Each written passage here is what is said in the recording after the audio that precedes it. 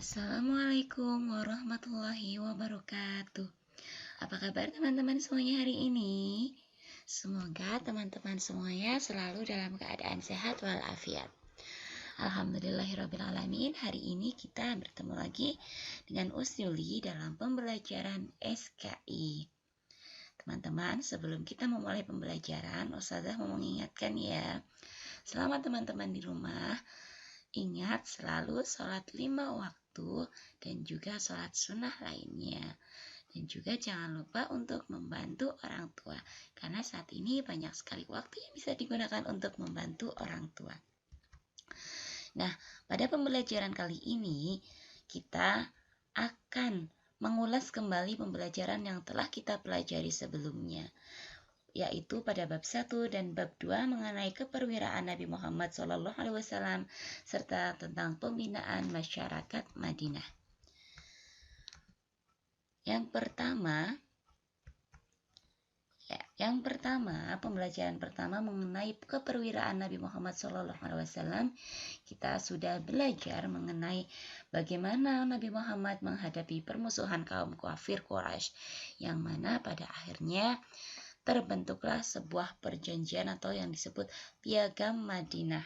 Nah, Piagam Madinah ini memiliki 4 isi, yaitu kaum muslimin dan Yahudi hidup secara damai, bebas memeluk dan menjalankan agamanya masing-masing.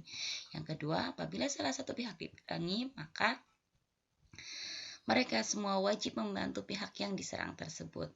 Yang ketiga, kaum muslimin dan Yahudi wajib saling membantu dan menolong dalam hal menjalankan kewajiban untuk kepentingan bersama. Dan yang keempat, Nabi Muhammad adalah pemimpin umum untuk seluruh penduduk Madinah. Itu mengenai Piagam Madinah, yaitu sebuah piagam penting yang mana menjadi sebuah undang-undang untuk masyarakat Madinah. Nah, setelah disepakatinya ke Piagam Madinah, maka bisa diambil sebuah kesimpulan. Ada kesimpulan dengan disepakatinya Piagam Madinah. Kesimpulan yang pertama itu, telah berdiri suatu pemerintahan negara Islam Madinah dengan Nabi Muhammad SAW sebagai kepala negaranya. Yang kedua, seluruh penduduk adalah semua warga masyarakat Madinah, baik dari kalangan Muslim, Ansor ataupun Muhajirin serta Yahudi. Dan yang ketiga, Undang-Undang Madinah, yaitu yang disebut Piagam Madinah adalah undang-undang tertulis yang disepakati bersama antara Nabi Muhammad dengan seluruh penduduk Madinah, baik kaum muslimin maupun non-muslim. Itu ya teman-teman, itu adalah bab pertama sekali, poin awal yang kita pelajari di kelas 5 ini. Kemudian setelah itu kita mempelajari tentang Perang Badar. Perang Badar terjadi pada tanggal 17 Ramadan tahun kedua Hijriah. Nah, Perang Badar ini disebabkan karena adanya rasa iri hati, cemburu, dan juga dendam dari kaum kafir Quraisy dan Yahudi Madinah kepada umat Islam. Nah, setelah berdirinya negara Islam dengan Nabi Muhammad sebagai pemimpin, dengan berbagai kebijakan dilakukan oleh Rasulullah yang sudah sangat adil, namun ternyata masih menyisakan rasa iri, cemburu, dan juga dendam dari orang-orang kafir dan Yahudi kepada umat Islam, sehingga menimbulkan sebuah peperangan. Dalam perang ini kaum muslimin dipimpin oleh Rasulullah SAW, sedangkan dari kaum kafir Quraisy dipimpin oleh Abu Jahal bin Hisham. Peperangan ini dimenangkan oleh pihak kaum muslimin, yaitu dengan terbunuhnya pemimpin kaum kafir Quraisy Abu Jahal bin Hisham. Perang ini juga disebut atau dikenal dengan Yaumul Furqan, yang artinya hari yang membedakan antara yang hak dan yang batil.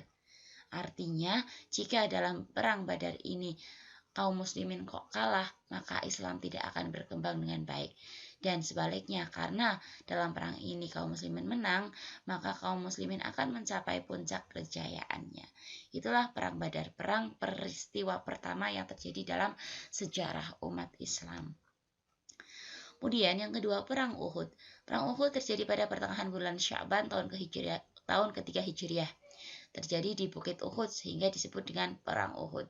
Perang ini terjadi karena orang-orang kafir Quraisy itu merasa dendam atas kematian Abu Jahal dalam Perang Badar, sehingga mereka menyiapkan peperangan yang kedua untuk membalas dendam. Pada peperangan kali ini, kaum kafir Quraisy dipimpin oleh Abu Sufyan. Dalam Perang Uhud, Kemenangan ada pada pihak kaum kafir Quraisy. Pada awalnya kaum muslimin telah mencapai kemenangan, namun pasukan pemanah pergi meninggalkan posisi mereka untuk mengambil harta rampasan dari kaum Quraisy. Nah, hal tersebut yang menyebabkan kekalahan kaum muslimin dalam perang ini. Hikmah yang bisa diambil dari perang Uhud adalah bahwa kekalahan umat Islam itu dikarenakan umat Islam tidak menaati dan tidak patuh terhadap perintah Nabi Muhammad SAW. Itulah akibat dari tidak disiplin dan dalam penjagaan daerah pertahanan, sehingga musuh dapat merebut daerah pertahanan tersebut. Sehingga pada perang Uhud, peperangan dimenangkan oleh kaum kafir Quraisy. Perang yang ketiga itu perang Khandaq. Perang Khandaq terjadi pada bulan Syawal tahun 5 Hijriah, selang 2 tahun setelah perang Uhud. Dalam peperangan ini, umat Islam menggunakan sistem pertahanan menggunakan parit besar yang mengitari perbatasan kota Madinah. Pembuatan parit tersebut atas usul dari sahabat, yaitu Salman Al-Farisi. Peperangan ini dimenangkan oleh pihak kaum muslimin dengan pertolongan Allah Subhanahu wa taala berupa badai dan angin kencang yang memporak-porandakan pasukan kafir Quraisy. Setelah mencapai kemenangan ini, umat Islam semakin kuat dan semakin bertambah besar. Pasukan kafir sudah tidak berani lagi melakukan perlawanan secara terbuka terhadap pasukan muslim. Mengenai 3 perang tersebut bisa teman-teman ingat lagi ya, sudah Ustazah sampaikan. Jadi di sini hanya poin-poinnya saja. Selanjutnya, setelah terjadi perang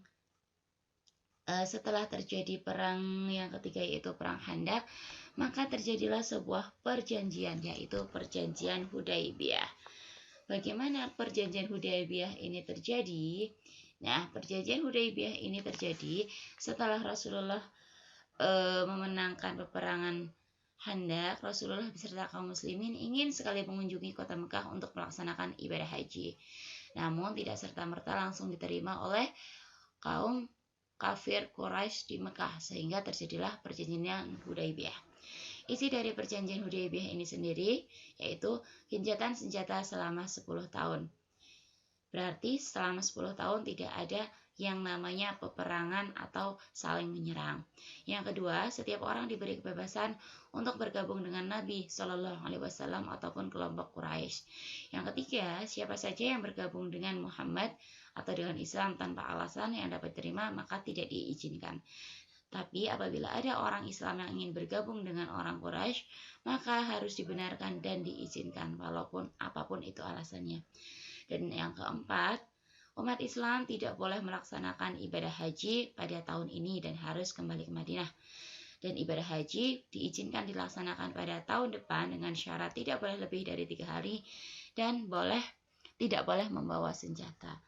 Dari keseluruhan isi perjanjian Hudaybiyah ini tentu merugikan kaum muslimin. Namun masih ada keuntungannya, yaitu apabila selama 10 tahun tidak terjadi peperangan, maka kaum muslimin bisa dengan leluasa menyebarkan atau meluaskan ajaran agama Islam. Jadi Rasulullah selalu mengambil sisi positif dari setiap hal yang terjadi. Kemudian kita masuk pada bab yang kedua. Pada bab yang kedua, yang pertama kita pelajari adalah tentang perjanjian Aqabah yang pertama, yaitu sebuah perjanjian antara Nabi Muhammad dengan orang Mekah yang pertama kali. Nah, isi dari perjanjian Aqabah ini adalah setia kepada Nabi Muhammad SAW serta rela berkorban harta dan jiwa demi menyebarkan Islam. Yang kedua, tidak menyekutukan Allah.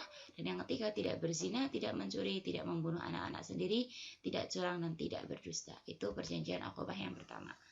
Kemudian, setelah terjadi perjanjian Aqabah yang pertama, dilanjutkan dengan perjanjian Aqabah yang kedua. Di mana isi dari perjanjian Aqabah yang kedua yaitu yang pertama berusaha untuk mendengar dan taat ketika semangat dan malas. Berusaha untuk selalu menafkahkan harta ketika sulit dan mudah. Berusaha untuk selalu menyeru pada yang ma'ruf dan mencegah yang mungkar. Yang keempat, berusaha untuk tetap tegak berdiri dari celaan orang yang suka mencela karena Allah. Dan yang kelima, hendaklah kalian menolongku jika aku datang kepada kalian, melindungiku sebagaimana kalian melindungi diri, istri, anak-anak kalian, maka kalian akan mendapatkan surga. Itulah isi dari perjanjian Aqabah yang kedua, perjanjian antara Rasulullah dengan orang Madinah sebelum Rasulullah menjalankan hijrahnya. Setelah terjadi perjanjian Aqabah yang kedua, Rasulullah kemudian hijrah ke Madinah. Yang mana setelah Rasulullah hijrah ke Madinah, maka Rasulullah mendirikan sebuah negara Islam di Madinah. Dan yang pertama kali dilakukan oleh Rasulullah adalah pembinaan masyarakat Madinah dalam bidang agama, di mana landasan utama bagi sebuah negara adalah keimanan atau akidah yang kuat.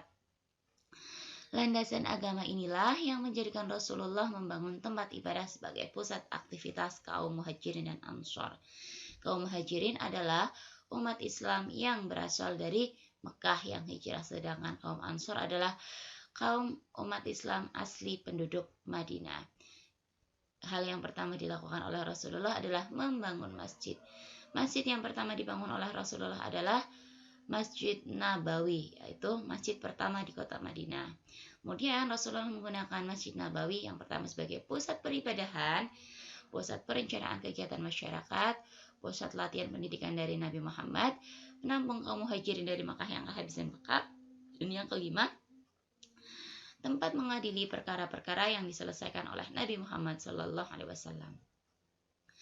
Nah, dalam hal kemasjidan ini, masjid tempat Rasulullah SAW melakukan sholat Jumat yang pertama adalah Masjid Jumu'ah, sedangkan masjid yang merupakan tempat dilaksanakan sholat hari raya yang pertama dalam Islam adalah Masjid Gamamah, dan beberapa masjid yang lain yang dibangun oleh Rasulullah di Madinah setelah pembangunan Masjid Nabawi bisa teman-teman review lagi, buka lagi pembelajaran sebelumnya. Kemudian yang kedua, pembinaan masyarakat Madinah dalam bidang sosial. Dalam bidang sosial, Nabi Muhammad berusaha untuk mempersatukan umat Islam, yaitu kaum Ansor dan Muhajirin.